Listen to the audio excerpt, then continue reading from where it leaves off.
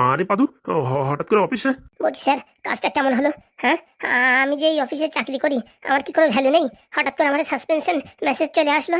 দুঃখের কথা আর কি বলবো বলো। একটা সিস্টেমে ফল্ট এসে গেছে, তার জন্য এরকম তোমার সাসপেনশন চলে আসছে। সিস্টেমে ফল্ট মানে স্যার?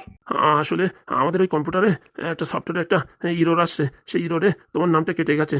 বলছি স্যার, দেখেন আমি কিন্তু সব কিছু জানি।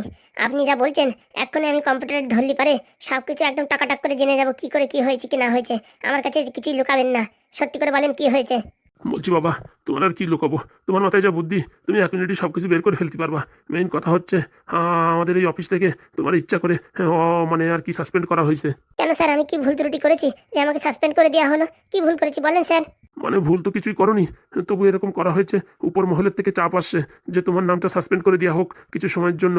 স্যার, এই অফিসের জন্য আমার জীবন মরণ সবকিছু এক করে দিয়ে নতুন নতুন প্রজেক্টের জন্য আমি অ্যাপ্লাই করেছি, আর সবগুলো অ্যাপ্রুভও করেছে এই ইউএস থেকে। তার জন্য আমায় আপনারা কোথায় একটু প্রমোশন দেবেন তা না, আমাকে সাসপেন্ড করে দিলেন।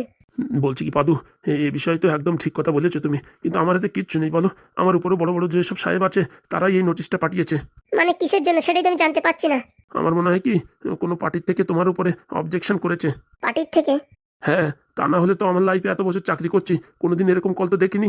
মানে স্যার বুঝলাম না, কোনো প্রজেক্ট যদি আপনাদের ভালো না লাগে সেটা আলাদা ব্যাপার, কিন্তু আমার সাসপেন্ড করে দিল, বললো না যে কি হয়েছে কি না হয়েছে, একবার সুযোগও দিল না।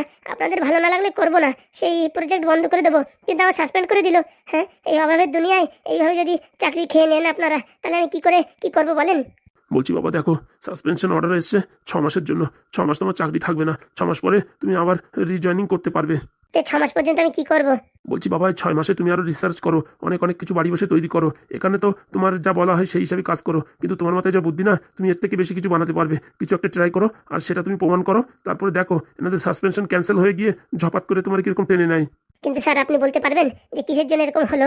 হ্যাঁ, আমার তো অত কিছু বলেনি, কিন্তু আমার যতদূর মনে হচ্ছে তোমার এন্ট্রি পার্টি মানে তোমার বিরুদ্ধে কেউ একজন কিছু একটা করেছে, তার জন্য এরকম হয়েছে। বলছি অফিসে তো কারোর সাথে আমার এরকম কোনো শত্রুতা নেই। অফিসের লোক না, বাইরের লোক, কোনো পার্টি ফার্টির লোক হবে। আচ্ছা, দেখছি কি করা যায়। বলছি বাবা, তোমার আমি এসব কথা বলেছি কাউরি বলো না, নাহলে আমার চাকরি নিয়েও টানা হেঁচড়া পড়ে যাবে। সামনের 2 মাস পরে আমার মেয়ের বিয়ে, বুঝেছো? এখন খরচাপাতি অনেক আছে। এখন যদি এইভাবে আমার চাকরি হারা হয়ে যায় তাহলে তো একদম আমার সব কিছু শেষ হয়ে যাবে। টেনশন নেবেন না স্যার, আমার জন্য আপনার কিচ্ছু হবে না। বলছি এখন তো তোমার কোয়ার্টার ফটারও কিছু দিচ্ছে না, তো কোথায় থাকবা তুমি? কোথায় থাকবো? 1-2 দিন এখানে ওখানে থেকে বাড়ির দিকে চলে যেতে হবে। দেখি এখানে কিছু করা যায় কিনা, না হলে আবার বাড়ি চলে যেতে হবে। আপনারা তো 6 মাসের আবার আমার হোল্ড করে রেখেছেন। বলছি যদি তোমার কোথাও জায়গা না থাকে তাহলে তুমি আমার বাড়িতে আসতে পারো। আপনার বাড়িতে? হ্যাঁ বাবা, আমার বাড়িতে আসতে পারো, আমার বাড়ি থাকার জায়গা অনেক আছে, কোনো সমস্যা নেই। আচ্ছা দেখছি, এখানে আমার একটা বন্ধু আছে, বন্ধুর সাথে কথা বলে দেখি। ওর রুম যদি খালি থাকে তো ঠিক, না হলে আপনার বাড়ি আসবো, নাহলে কোনো একটা গেস্ট হাউসে থেকে কাল পরশু বাড়ি চলে যাব। বলছি বাবা, তুমি বেশি নড়াচড়া করো না, এটা পার্টির থেকে কাজটা করেছে, ও তুমি নড়াচড়া করলেও কিচ্ছু হবে না, বুঝেছো? সময় আসলে পরে তোমার অবশ্যই ডেকে নেওয়া হবে। তোমার মতন সায়েন্টিস্ট মানুষরে এইসব অফিসে ভীষণ দরকার, তুমি ছাড়া তো আমরা সব নিঃস্ব, পুরো অন্ধ। তার জন্যই তো আজকে আমার সাথে এরকম ঘটনাটা হলো। চাপ নিও না বাবা, তুমি দেখো তোমার বন্ধুর বাড়ি খালি আছে কিনা, নয়তো বিকেলবেলা আমার সঙ্গে আমার বাড়ি চলো। আচ্ছা স্যার। খারাপ ভেবো না পাদু, আমি কিচ্ছু করিনি, আর আমি চেষ্টা করছি তোমার কত তাড়াতাড়ি ফিরিয়ে আনা যায়। ভুলে যাবেন না তো স্যার? আমি কি ইউএস এর জন্য পরীক্ষা দেবো? ওখান থেকে চান্স পেলে কি আমি চলে যাবো? মাথা খারাপ, তুমি এসব পরীক্ষা পরীক্ষা দিও না, তোমার ঝপাত করে টেনে নেবে, বুঝতে পারছো? আমাদের অফিসে আমি যত তাড়াতাড়ি পারি তোমার আনার ব্যবস্থা করছি, আর এই বিষয়ে আমি স্যারের সাথে কথা বলছি। ঠিক আছে, বলেন। নাহলে আমি দেখছি অন্য কোথাও চাকরি বাকরি করতে হবে। সবে মাত্র বিয়ে হয়েছে, বাড়ির সংসারে শান্তি অশান্তি মানে লেগেই আছে।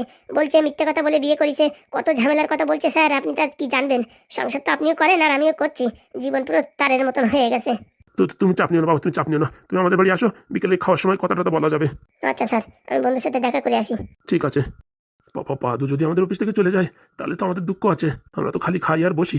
এই ছেলেটাই আমাদের উন্নতির পথ দেখিয়েছে, এর জন্য আমার 1 মাসে 2বার প্রমোশন হয়েছে। এখন এ যদি চলে যায় আমার জীবন পুরো অন্ধকার। আর এর মাথায় যা বুদ্ধি আছে, ওই ইউএস ফিউএস থেকে যে কোনো সময় চেনে নেবে। যে করে হোক পাদুকে আটকাতে হবে, স্যারের সাথে কথা বলতে হবে। দেখি পাদু হাতের থেকে সরে গেলে আমাদের অফিস একদম ভুট হয়ে যাবে। বলছি ম্যাডাম, ছোট দাদাবাবুকে কি ডোজ দেবো না এটুকুই থাকবে? বলছি ও আবার এই কোমার থেকে উঠে যাবে না তো? না না ম্যাডাম, যাবে না। যা ডোজ দেওয়া হয়েছে ওই বড় দাদাবুর থেকে বেশি দেওয়া হয়েছে। আরে সবসময় দিদি থাকো ডোজ, এসব ছেলেপেলে রক্ত গরম, যে কোনো সময় টপ করে উঠে যেতে পারে, বুঝতে পারিস? আর উঠেও গেলি তোমার আর আমার কপালে দুঃখ আছে। তা তো বুঝতেই পারছি ম্যাডাম। বলছি কি, বড়দাদাবুর কোনো খবর পাওয়া গেল? কোন হসপিটালে ভর্তি আছে? যাবে যাবে, বুড়োটার খবর অবশ্যই পাওয়া যাবে। হ্যাঁ, পুলিশ লাগিয়েছি না, আর ওদের লোক দিয়েছি তো, জল খাবারের ব্যবস্থা করব। এখন তুর করে একবার সন্ধ্যার ভিতরে খবর পাওয়া যাবে। এমন হসপিটালে আছে, সই স্বাক্ষর করে নিয়ে যাও। বলছি ম্যাডাম, ততক্ষণে যদি বড়দাদাবুর হুঁশ এসে যায়? আসবে না আসবে না, হ্যাঁ একদিনে কি আর হুঁশ আসে? তবুও ম্যাডাম আমার মনের ভিতরে একটু ভয় ভয় লাগছে। আরে এসব কুটাক দেখো না তো তুমি, এমনি আমার মাথায় টেনশন। বলছি কি ম্যাডাম, একটা কথা বলবো, কিছু মনে করবেন না তো? কি আর মনে করবো, তোমার কথা তো এখন আমার শুনতেই হবে। বলছি ম্যাডাম, আপনি আপনার ছেলের সাথে, স্বামীর সাথে এইরকম অন্যায় করছেন, আপনার মনে কোনো রকম লাগছে না? এই দেখো, আমি অনেকদিন আগে ভেবেছিলাম যে তুমি এই কথা একদিন একদিন বলবা, তার জন্য আমি পুরো প্রস্তুত হয়ে আছি। শোনো, আমি যে একটা পজিশনে পেতে যাচ্ছি, সেটা মামুলি পজিশন না। একটা এমএলএর পজিশন বলে মামুলি পজিশন না। সে পজিশন পেতে গেলে অনেক কাঠ খরচা করতে হয়, বুঝতে পেরেছো? মানুষ লাখ লাখ কোটি কোটি টাকা খরচা করে এই পজিশনে আসতে পারে না। আর আমি একটা সিম্পিতি ক্রিয়েট করে এই পর্যায়ে পৌঁছাতে যাচ্ছি, বুঝতে পেরেছেন? তার জন্য অনেক কিছু কাঠখড়, অনেক কিছু সহ্য করে থাকতে হয়।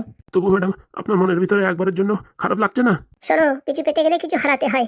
আমি তো হারাচ্ছি না, কিছুদিনের জন্য সে ছেলে ওর বাবাকে একটু বেহুশ করে রাখছি, এটাই আমার অন্যায়। কিন্তু একদিন যখন আমি এমএলএ হব, তখন দেখবা চারিদিকে আমার গাড়ি ঘোড়া আসবাবপত্র কোনো কিছুর অভাব হবে না, সবকিছু আমার হাতের মুঠোয় থাকবে। বলছি আগেও তো বড়দাদাবু এমএলএ ছিল, তাতে কি ক্ষতি ছিল? শোনো, স্বামীর উপরে পাওয়ার থাকা আর নিজের হাতে পাওয়ার থাকা অন্য ব্যাপার, বুঝতে পারিস? সেটা ম্যাডাম বুঝলাম না ভালো করে। বলছি এখন আমার বোঝানোর সময় নেই, অনেক কাজ বাকি আছে, পরে এক সময় খালি সময় বুঝাই দেবো, বুঝতে পারিস? তুমি এদিকে লক্ষ্য রাখো, আমি এদিকে অনেক ফর্ম টম ভর্তি হবে, সেগুলো ভরে ফেলাই। আর সময় সময় হরিবারে এই ওষুধ দিতে থাকবা। আচ্ছা। কোনো কাজে গাফিলতি করো না কিন্তু, বলে দিচ্ছি। গাফিলতি করে আর কোথায় যাবো? এমন যে জায়গায় পা দিছি, এ পাশেও জাতি পারতেছি না, ও পাশেও জাতি পারতেছি না। এতদিন অনেক শয়তানি বজ্জাতি করেছি, কিন্তু আজকে কেন মনটা কান্দে উঠতেছে? কারণ কি, এরকমই আমার একটা ছেলে আছে, আর এই ছেলের সাথে এরকম দুর্নীতি দেখে, এইরকম অত্যাচার দেখে আমি সহ্য করে থাকতে পারতেছি না। কি আর করব? এমন মোচা করে ফাঁসিছি, না পাচ্ছি আগে জাতি, না পাচ্ছি পিছন জাতি, পচা গুই পা দিলি বিপদ। ভগবান, এই পাপের থেকে কি করে আমি উদ্ধার পাবো তা কে জানে। ভগবান আমার মনে হয় রক্ষা করবে না। টাকা পয়সাতে কি হবে? আমার তো মনে হয় জীবন আমার আলকাতরা লেগে গেছে। কে জানে কি হয়। আপাতত তো ম্যাডামের কথা শুনে চলতেই হবে, নাহলে তো জীবনটা এখানেই শেষ হয়ে যাবে। আমার এই কখন কি খাওয়াই দেবে বলা যায়?